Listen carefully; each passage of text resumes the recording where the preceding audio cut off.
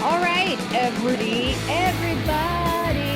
No, this is not the boy band's theme today. Yeah, so you are listening to the Top 5 podcast. I don't know what made me bust out into boy band song. That was a little strange.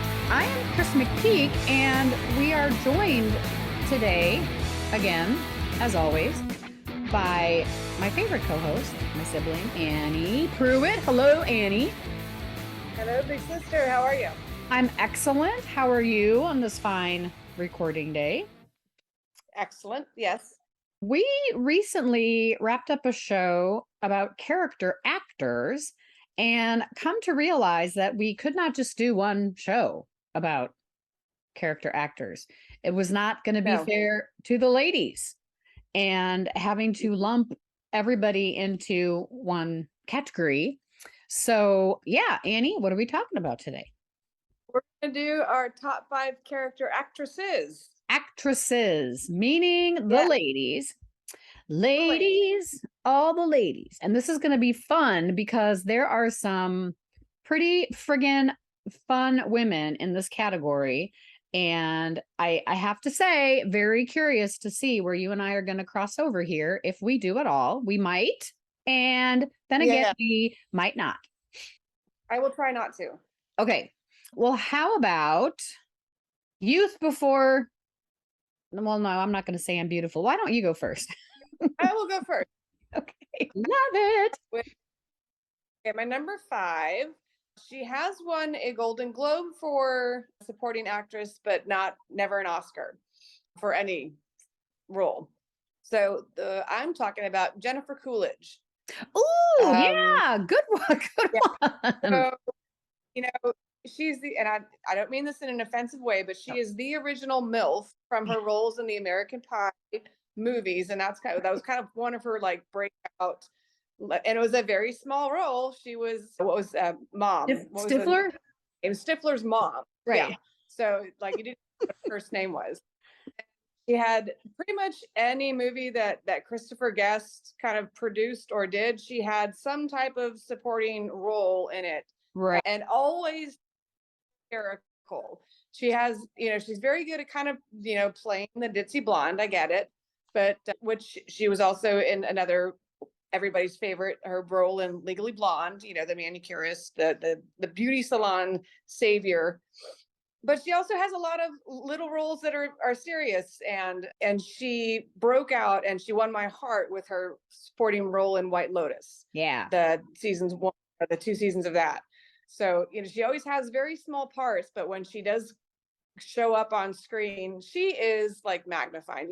You love her. She's funny, she's beautiful, she's silly, she can play ditzy, she can play serious, and she just kind of like, she makes everybody around her like happy. So that's my number 5. I love her. Jennifer Coolidge. She's adorable. So true. So true. And I started to watch White Lotus. I watched it I watched episode 1 of season 1 on my lunch break. And I think maybe I wasn't fully into it. So I'll have to start over. But I don't recall that was meant to be a recurring series. I thought that they were just going to do a mini series, but it did so well that people wanted more White Lotus. So I don't know if it's the same people that are back in season 2 or if they got new characters or not. But yeah, I have to dig into more. What's that? It's a great show. But I'm not going to say anything about Jennifer Coolidge's role because you need to see it. Okay. So well, then I'll hang on to HBO until I can get through White Lotus. I'm on this very weird American Horror Story kick right now that I didn't see coming, but we can talk about that another time. Okay. My number 5 is a tie because I always confuse these women and I don't know why. And one I think is a little bit more, is in more stuff than the other. But I don't know, maybe you will be able to tell me differently. But my tie is with Judy Greer and Hope Davis. And I feel like between these two women, you probably do cover at least, 2/3 of television stuff and the indie film scene. Hope Davis is on my brain a lot recently because she is on Billions.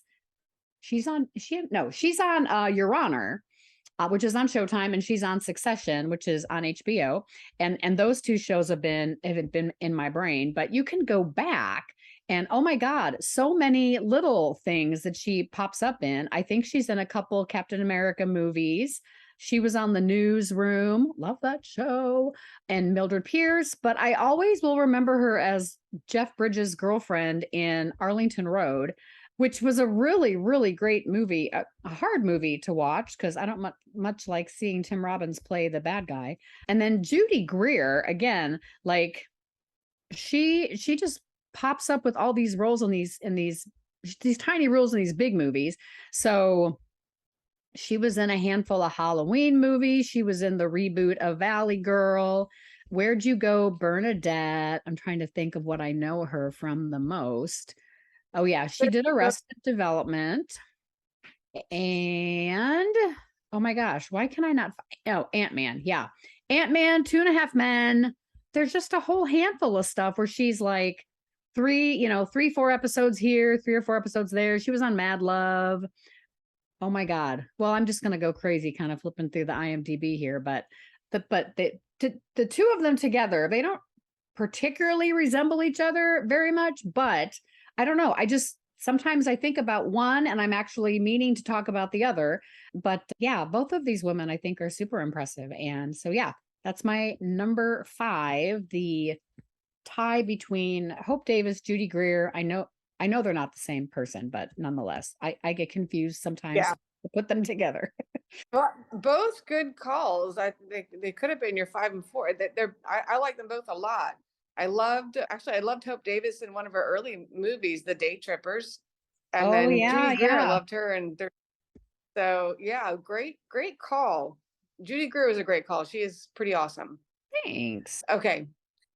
Yeah, I like that. My number 4 is a little more of an indie and is not in a ton of stuff, but I just flipping love her so much. And it is Lake Bell.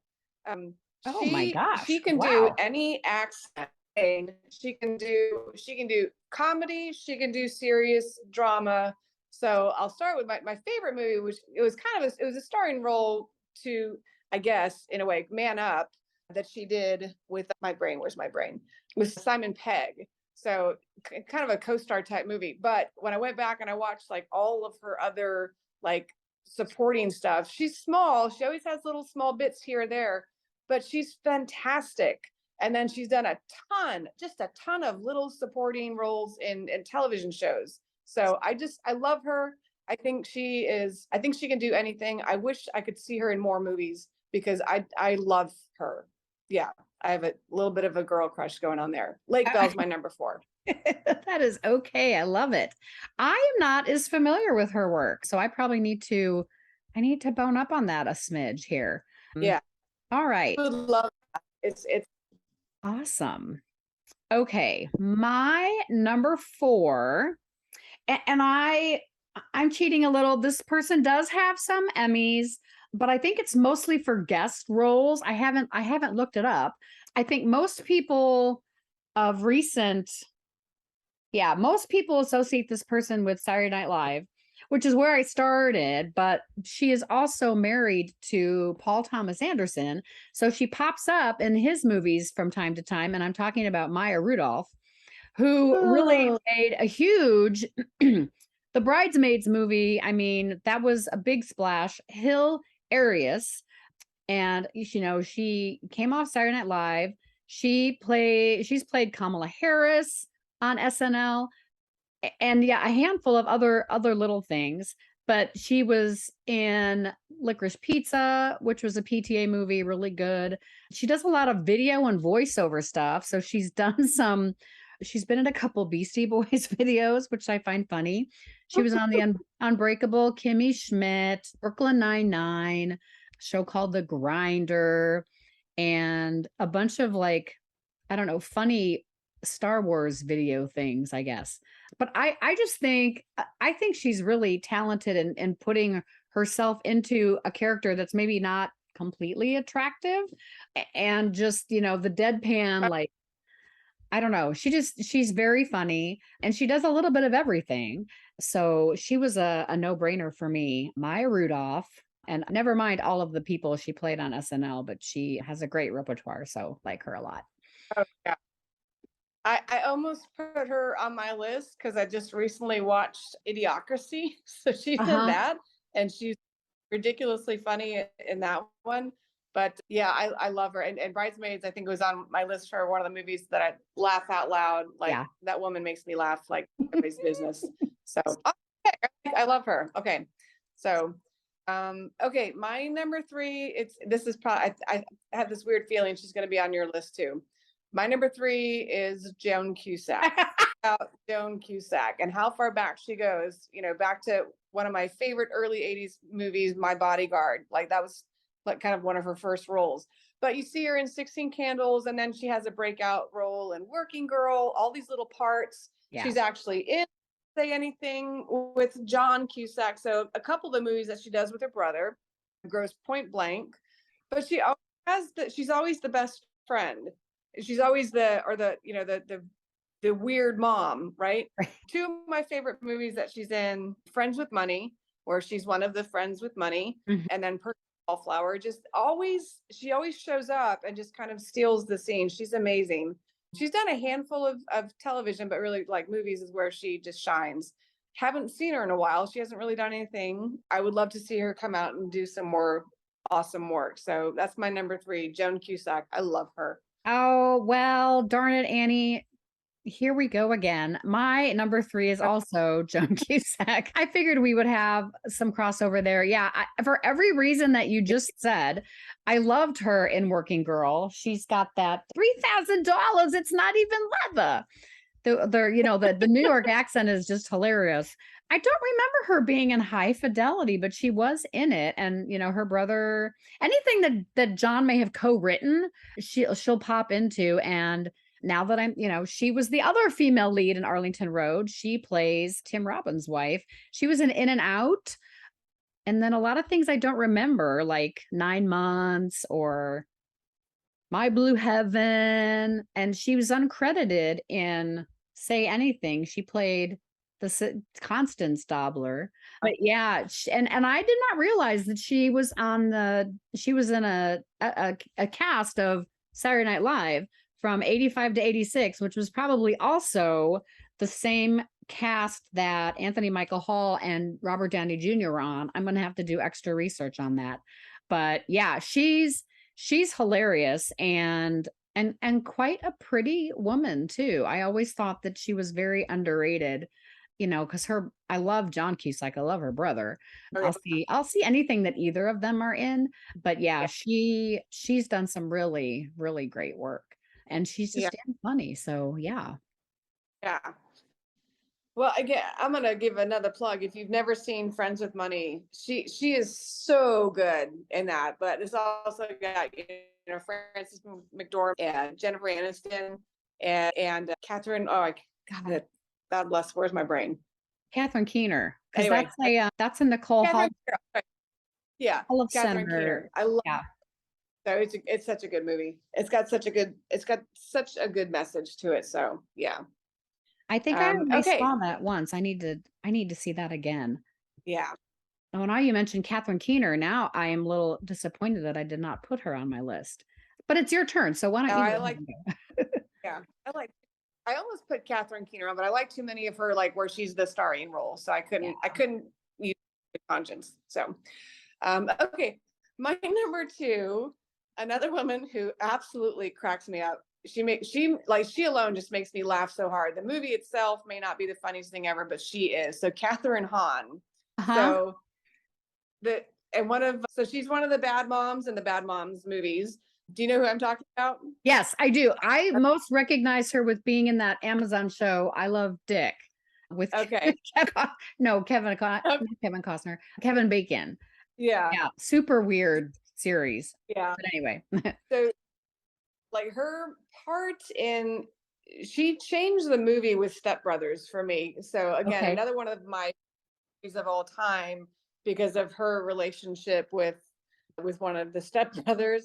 And then in We're the Millers with Jason Sudeikis and her Uh-huh. little like she's she's in the RV of a family in the RV that Jason Sudeikis' fake family meets up with.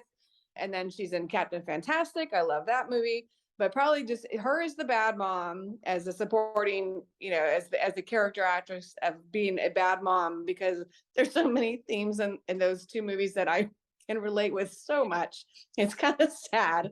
And then in up here and there, but most recently she was the Miss Agatha Harkness on WandaVision, and she Oh, absolutely she was so fantastic. She was so good. And there's something kind of like weird sexy about her, but she's not the traditional sexy, like, not the sex symbol. And I think that's another reason why I love her so much, because she's so unique and she's so funny, and she always nails it. So there you go. That's my number two, Catherine Hahn. Check her out. good one. Yeah. I I love it. She is popping up in my Hulu feed for a series I think that she's doing right now. A Million Little Things or something Little Things. I don't exactly remember. Tiny, Tiny Little Things. Yeah. Which I think she's tiny. got an Yeah. Emmy nomination for that. Okay. So I'm sorry, I'm squinting really bad right now. Try not to pay attention to that. My number two and is she Australian? I believe she is Australian. The Australian actress, Judy Davis. And I think Judy Davis gets overshadowed a lot because she almost never has a lead role. She's always a supporting role in a movie where another female lead is getting all of the attention and whatnot. But for her, we go back, way, way back to My Brilliant Career, which I think was the first movie that Jane Campion directed. She did A Passage to India. And then she was in Barton Fink, Naked Lunch, which is a really bizarre movie. And then she got an Oscar nomination for Husbands and Wives. And that was the year Marissa Tomei won the Oscar. And of course, the theory is that Marissa Tomei only won that Oscar because she was the only American in the crew. But that's neither here nor there. She played Diane, the girlfriend of Margareta Kammermeyer in Serving in Silence. And then she plays the president's chief of staff in Absolute Power, which is kind of a silly role for her because she's supposed to have all of this power and be in charge. And she's kind of a hot mess through the whole movie. But I think my favorite thing that she has done of late is that she played Hedda Hopper in the miniseries Feud, about the whole thing that went down between Joan Crawford and Betty Davis. And she's pretty hilarious. So yeah, I'm a big fan of Judy Davis. I will see anything that she is in. And she's done some really, really great work over the years. Well, she played Nancy Reagan in a TV movie. I'll have to check that out. Yeah. I like her a lot. And most recently, I really liked her in Ratched. Yes. She Yes. plays the head, the nurse, but she always comes off as like this hard ass, kind of cold and strict and disciplined. But yeah, she's she's a little bit of a chameleon. She can do anything. Yeah. Kind of haughty. So okay, so my honorable mention is going to be Lisa Kudrow, who everybody immediately, when you say her name, you think Phoebe Buffay from Friends.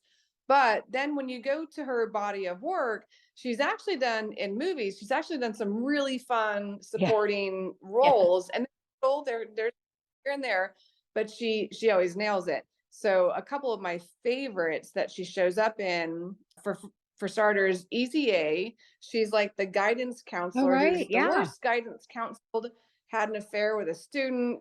She's married to another teacher, and like it kind of all falls apart.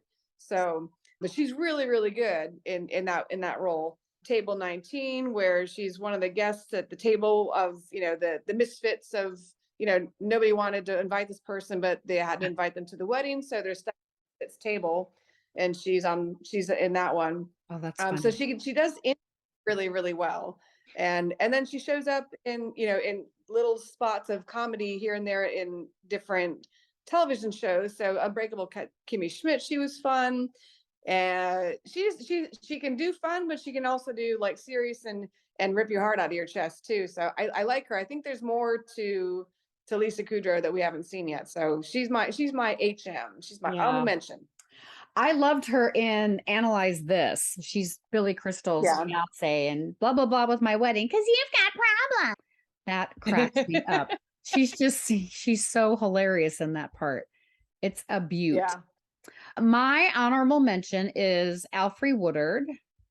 And for me, Alfre Woodard goes back to a John Sayles movie that came out in the 90s called Passion Fish, which I remember seeing in a class I took when I was working at Webster University about John Sayles, and I'd never heard of her before, but she's been all over the place too, a lot of TV over the years. She was on, oh God, where did it go? She was on Hill Street Blues and, oh, why can't I find LA Law? Where is it? St. Elsewhere. Yeah. God, I was never going to get there. She was in Scrooged. She was in Grand Canyon, Lawrence Kasdan film, Blue Chips. She's done a couple of the Spike Lee movies, Crooklyn. Let's see. She was the judge in Primal Fear. She's done a handful of Star Trek things. And I think most recently, I want to say she has popped up in the Black Panther series or maybe just TV stuff. She's been in some horror film. Yeah, Captain America Civil War, Luke Cage. Forgot about her being in the Luke Cage show. So yeah, she's a little bit all over the place. I do really like her. Whoops. And I loved her in Passion Fish. So this goes back like way, way back for me. But yeah, she's got and I think people confuse her with Viola Davis. They're two very different actresses, but I always felt that Alfre Woodard had a bit more depth. And yeah, she's done some great work in some beautiful movies. So yeah, she's my HM, if you will. I love that you say that. The HM. Yeah, I like her a lot too. I can't tell you what my favorite. I'm looking through. I don't know what my favorite movie she is, but yeah, I mean, she can do historical, she can do horror, she can do anything. So pretty incredible. Yeah. All right, I have a weird feeling we're gonna have the same number one. Really? Okay. Yeah. Well, maybe not. Okay, my number one is the queen of indie actresses, because the woman is in everything. And I'm talking about Parker Posey. Oh, good one. Yeah. She's not your number one. Thank you. She's not my number one. No. She is like this, like known for being the indie actress, kind of got one of her first roles, Dazed and Confused, which is one of our favorites. Yep. She did, some of the Christopher Guest movies. I love, like, my favorite movie of hers was Party Girl 95. She is so good, but shows up. She's also in Day Trippers with Hope Davis. She shows up as like, you never know what kind of role she's going to do. So she was in Scream 3. She does, she played Trinity, so she can do action. Superman Returns, and then you can turn around and she does her like weird, funky, weirdo role of like, she was in the television series Lost in Space, where she plays the evil Dr. Smith. So woman can do it all. I will always, like, she will be my go-to. And it's one of my like go-to movies for if I'm feeling nostalgic about the 90s, I watch Party Girl. I love her in that so much. It's a great love story, but she's just this person who's lost. And that's like, it defines a lot of the Gen X, mid 90s, my generation, my type of people. So that I fell in love with her with that. Yeah. And I will watch anything that woman does. And she's done a lot. So Parker Posey is my number one. Oh, that's a good one. That is great. Yeah, I do really like her. And she is the epitome of the 90s independent actress. I loved her in You've Got Mail. She's the girlfriend of, wait, I don't remember. Well, she's a girlfriend, and it's silly. She's a little quirky. Totally quirky. Okay. Yeah, my number one then is probably going to come as a surprise because I don't really talk about her a lot. But when I think about like a character actress, she always comes to mind because I've been seeing her. She's like the Luis Guzman of movies because you can probably think of any, of the you could name 5 movies and she'll be in 2 of them, or and television especially. Oh my God, this woman's done a ton of TV. So I'm talking about Margot Martindale. And we go for Margot Martindale, we go back to Lonesome Dove and Days of Thunder and The Firm, Sabrina, Dead Man Walking, Marvin's Room, Ghost of Mississippi. And then we can bump up to a role that probably a lot of people remember very well. And that was as the really awful, horrible mother to Hilary Swank in Million Dollar Baby. Oh, you hate her? You hate her so much. You want her to die right there in the damn hospital with her friggin' Disney ears on. She's just so unlikable. But then she pops into something like, let me find something fun where you kind of laugh at her. Oh, my eyeballs are starting to. She was in a lot of Justified. She was on A Gifted Man. I loved that show. Person of Interest, New Girl. So yeah, she just pops up all over the place. She was on The Good Wife. And recently she was also on Your Honor on Showtime. But yeah, she pops in all over the place, and she can do funny, she can do heavy and serious, she can do it all. And she's everywhere. And Yeah. yeah, she's done a lot of cool stuff. Sneaky Pete. I forgot about her in Sneaky Pete. Yeah, she's done so much stuff. Lots Well, of she's in fun.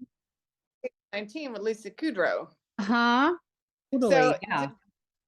and a shout out, I really like her too, because she's in Cocaine Bear. Oh, did she really?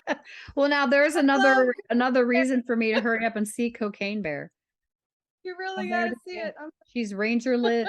Oh my God. So so, so crazy. All sad. right. Well, the ladies, all the ladies doing the Wait. What? There's something else that she was in recently that I just watched, and I was like, oh my God, she's so good. The Watcher. Oh, yeah, And on then Netflix. I just caught that. it's Yeah, so good. she's one of the neighbors, right? She is like freaky good Oh, on that good. show. Yeah. Okay. You got to check that out if you haven't seen it. Yeah. Yeah. Oh, that might Yeah. be She almost made. a good thing to oh, Jennifer Coolidge is on The Watcher as well. How crazy. Yes.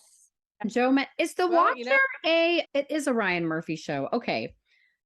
That is okay. So I'm having this like it is the American Horror Story is all this Ryan Murphy thing right now because I watched Dahmer again. Like I didn't need to, but I did, and that reminded me that there's a few seasons of American Horror Story that I haven't seen. So I kind of buzzed through the more recent season, the New York City one, and you start thinking about the Ryan Murphy universe. We probably need to do a show just about him because he's got his Yeah. hands in so much stuff, and like every other Netflix series that pops up as a limited season. I watched the Hollywood show again. That show is fantastic, even though it toys a lot with history and it's a little bit overly optimistic maybe, but it is super fun and it has a great cast. So yeah, dude, Ryan Murphy is everywhere and he can do anything. I have to remind myself, like the guy that did Nip Tuck is the same guy that did Glee and is the same guy who does American Horror Story and a handful of these other things. Like he's fantastic. So okay, well, why don't we recap? All right. So my honorable mention was Lisa Kudrow, and then 5-1, Jennifer Coolidge, Lake Bell, Joan Cusack, Catherine Hahn, and the lovely Parker Posey. My honorable mention was Alfre Woodard, not Woodward, Woodard. Yeah. 5 was a tie with Hope Davis. Hope Davis. Now I can't speak. And Judy Greer. My number 4, Maya Rudolph. My number 3, Joan Cusack. There's our overlap right there. My number 2, Judy Davis. And my number 1, Margot Martindale. And what an amazing body of work we have with these women. Oh my Lord. Oh, because that's the beauty of character actresses is they have like a huge body of work. Yes.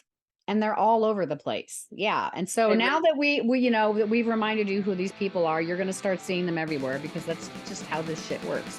When Chris and Annie talk about it, you start seeing like, oh, I'm dreaming about a red car. Now I'm going to see a red car everywhere. So yes, you're welcome. We're very happy that we get to be this influence in your life. So for Annie Pruitt, I'm Chris McPeak, and we will catch you next week on another fun-filled, exciting, opinionated yet inclusive episode of the Top 5 Podcast. So yeah, see you then.